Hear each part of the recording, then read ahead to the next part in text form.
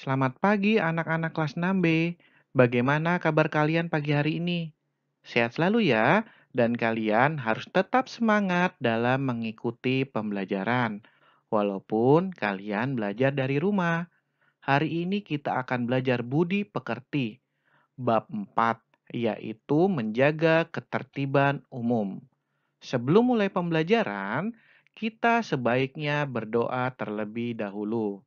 Berdoa mulai.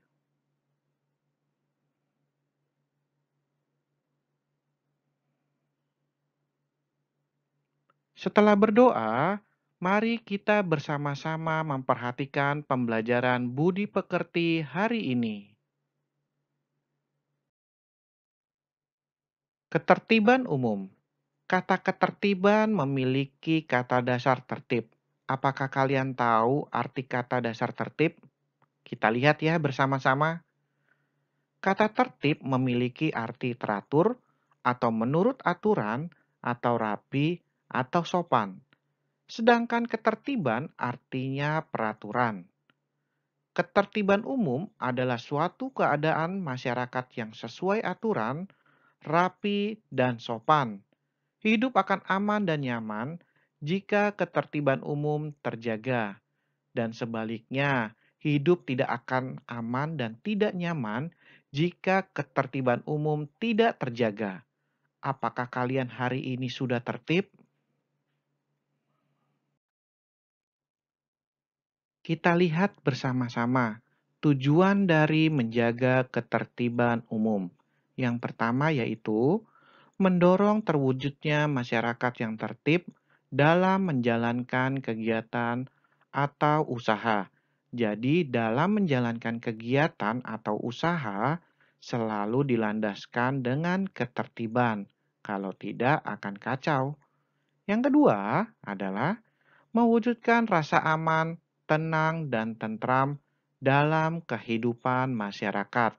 Jadi, menjaga ketertiban akan mewujudkan rasa aman, tenang, dan tentram. Dan yang terakhir, membiasakan hidup tertib sehingga menjadi karakter positif dalam kehidupan masyarakat. Jadi, biasakan hidup tertib ya, agar tercipta karakter yang positif dalam diri kita masing-masing. Cara menjaga ketertiban umum. Yang pertama, mematuhi peraturan yang berlaku.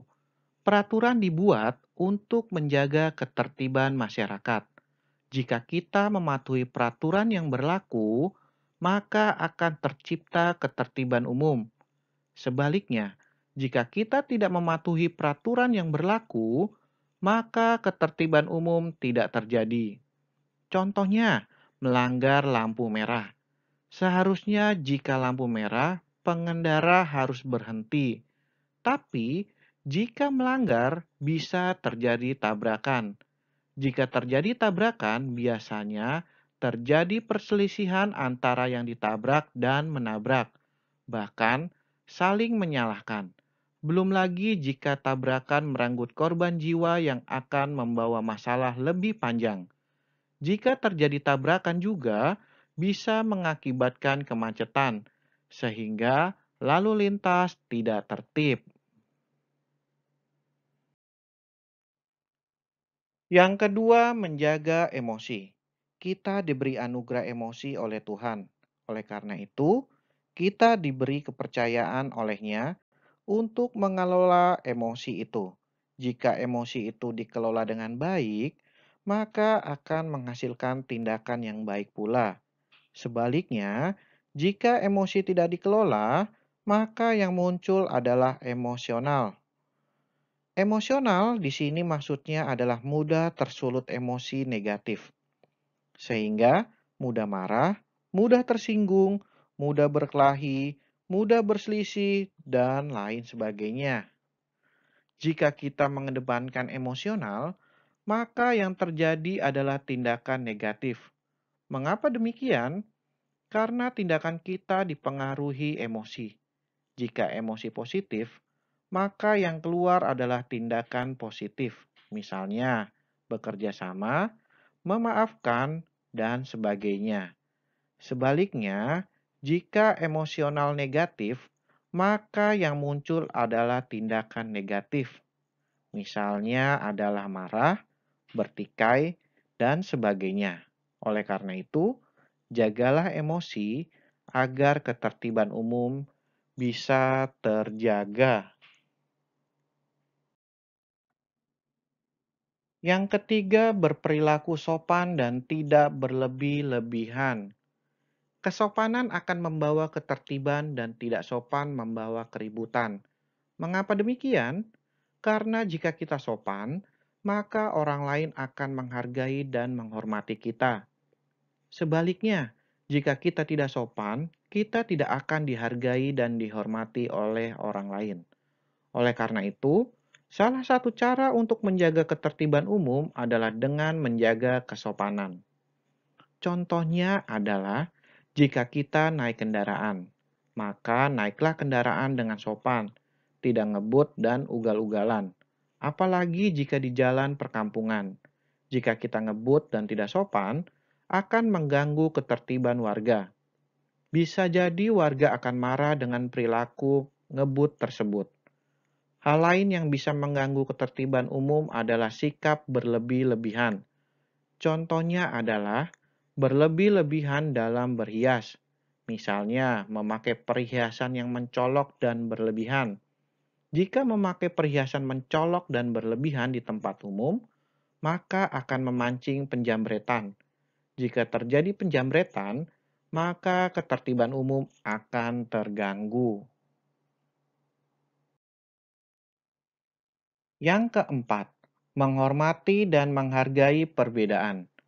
Ada ungkapan yang mengatakan bahwa setiap kepala isinya berbeda. Artinya, setiap orang memiliki ide, sikap, kebiasaan, dan perilaku yang berbeda.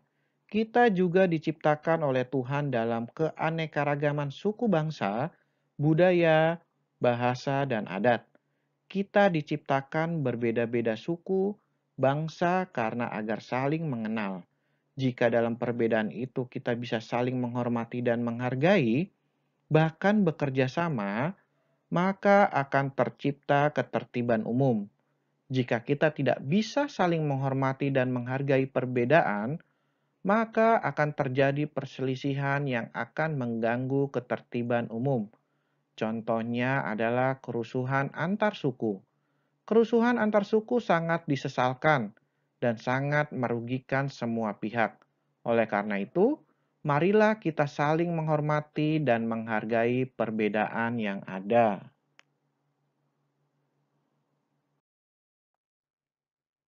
Yang kelima, membudayakan antri di tempat umum.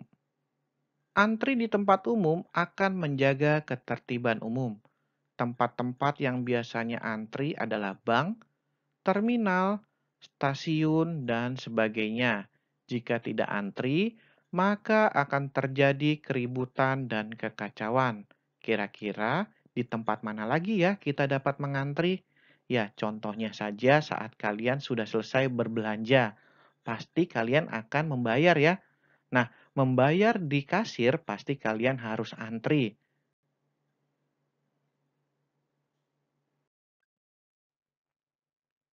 Ruang lingkup ketertiban umum. Yang pertama, tertib di jalan. Yang kedua, tertib berjualan.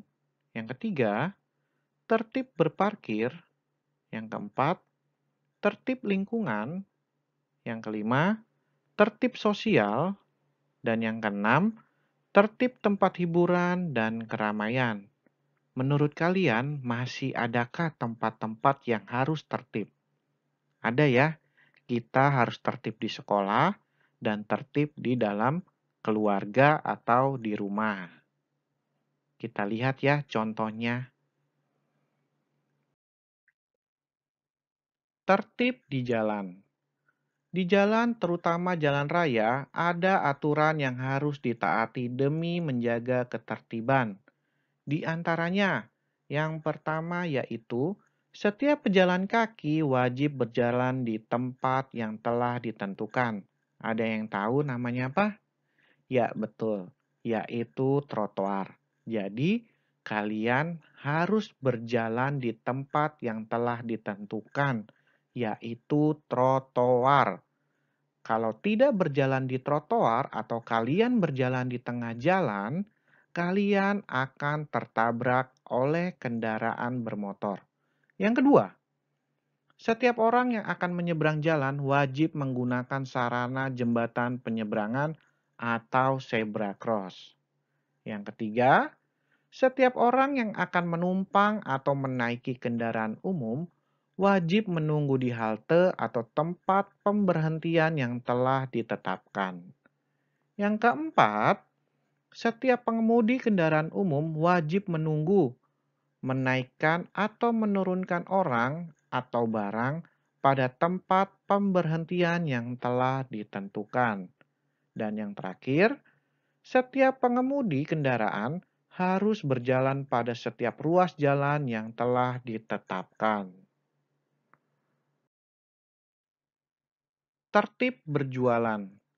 Tata tertib yang harus ditaati dalam berjualan diantaranya adalah dilarang berjualan di fasilitas umum seperti badan jalan, trotoar, saluran air atau irigasi, jalur hijau, taman, hutan kota, alun-alun, bawah jembatan, atau jembatan. Jadi, berjualan tidak di sembarang tempat ya. Yang kedua, jika berjualan di bagian-bagian tertentu dari fasilitas umum yang dibolehkan, maka harus dengan izin pihak berwenang. Jadi, jika ingin berjualan di badan jalan, trotoar, atau saluran air atau irigasi, jalur hijau, taman, hutan kota, alun-alun, bawah jembatan atau jembatan, harus izin kepada pihak yang berwenang. Tidak boleh langsung berjualan, nanti malah akan digusur. Tertib berparkir. Tata tertib yang harus ditaati di parkiran diantaranya. Yang pertama, setiap kendaraan wajib parkir di tempat yang telah ditentukan. Jadi, yang memiliki kendaraan wajib parkir di tempat yang telah ditentukan. Tidak parkir di sembarang tempat. Ada juga yang parkir di trotoar. Nah, itu tidak bagus ya, atau tidak boleh. Yang kedua, setiap orang dilarang menyelenggarakan dan mengatur perparkiran tanpa izin dari pihak berwenang. Jadi, setiap orang itu tidak boleh mengatur perparkiran di tempat manapun. Nah, ada juga kan ya, ada yang meminta-minta parkir biasanya di depan Indomaret. Nah, itu sebenarnya tidak boleh kalau tidak ada izin dari pihak yang berwenang.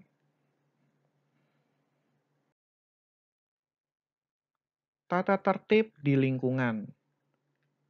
Tata tertib yang harus ditaati dalam lingkungan diantaranya.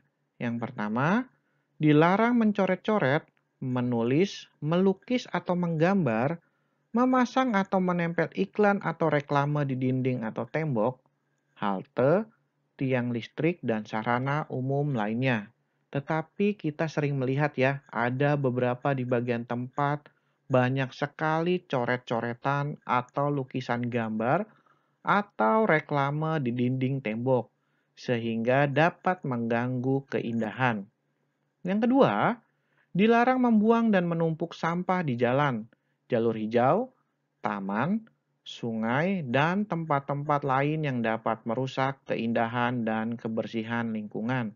Jadi, kalian harus membuang sampah pada tempatnya. Dan yang ketiga, tertib di lingkungan yaitu dilarang membuang air besar dan kecil di jalan, jalur hijau, taman, sungai, saluran air, tempat lainnya yang bukan untuk peruntukannya.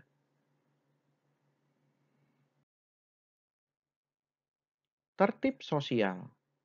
Ketertiban sosial yang berlaku dijaga di antaranya. Yang pertama, dilarang meminta sumbangan di fasilitas umum kecuali untuk kepentingan sosial dan izin resmi. Apakah kalian pernah lihat atau mengalaminya saat kalian pergi ke suatu tempat ada yang meminta-minta. Nah, itu apakah resmi atau tidak?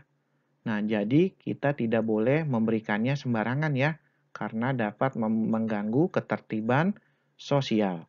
Yang kedua, dilarang menjadi pengemis, pengamen, pedagang asongan, dan pengelap mobil di fasilitas umum karena dapat mengganggu ketertiban sosial. Pasti ini kalian pernah ya melihatnya saat kalian pergi ke tempat tertentu. Pasti ada pengemis, pengamen, pedagang asongan, dan pengelap mobil. Nah, ini juga dapat mengganggu ketertiban sosial. Pastinya kalian dapat melihatnya di lampu merah. Yang ketiga, setiap orang yang berkunjung lebih dari 1 kali 24 jam atau bermalam di tempat yang disinggahinya wajib melaporkan kepada pengurus RT atau rukun tetangga setempat.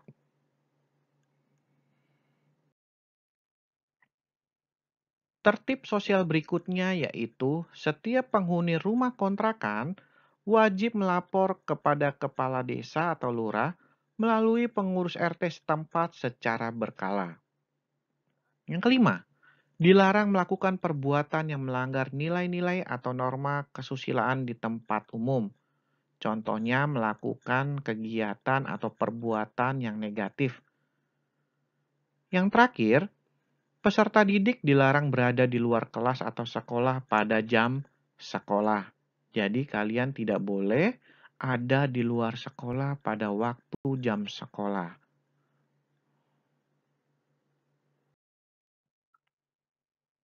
Tertib di tempat hiburan dan keramaian. Peraturan di tempat hiburan dan keramaian yang harus dijaga di antaranya. Yang pertama, dilarang menyelenggarakan tempat usaha hiburan tanpa izin. Jika ingin membuka usaha hiburan, maka kita harus izin kepada pihak yang berwenang. Yang kedua, setiap penyelenggara tempat usaha hiburan yang telah mendapat izin dilarang melaksanakan kegiatan lain yang menyimpang, yaitu melakukan kegiatan yang negatif. Yang ketiga, setiap orang yang menyelenggarakan keramaian dilarang menyediakan atau menjual belikan minuman beralkohol. Nah, ini tidak boleh ya, menjual atau menyediakan minuman yang beralkohol. Dapat membuat orang akan menjadi mabuk.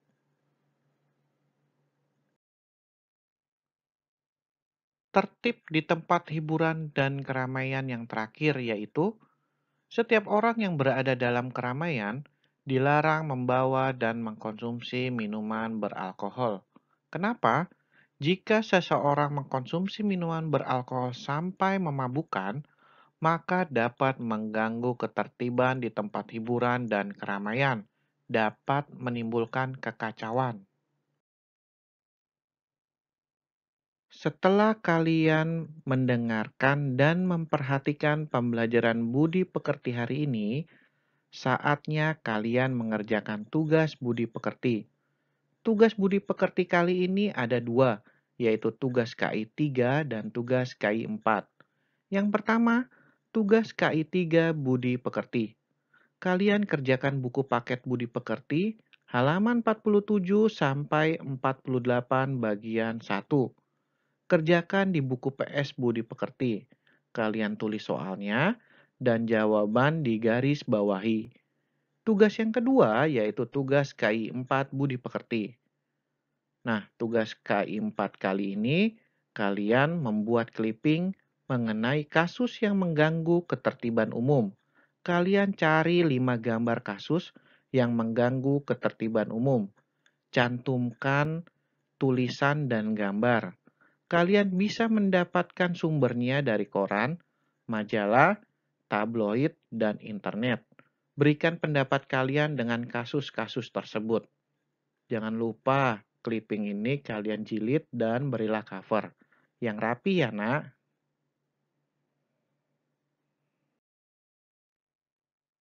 Sampai di sini pembelajaran budi pekerti kita hari ini. Jangan lupa, tugas-tugas budi pekerti kalian kerjakan. Jangan sampai ada yang terlupakan atau tertinggal. Selalu jaga kesehatan dan kebersihan. Terima kasih.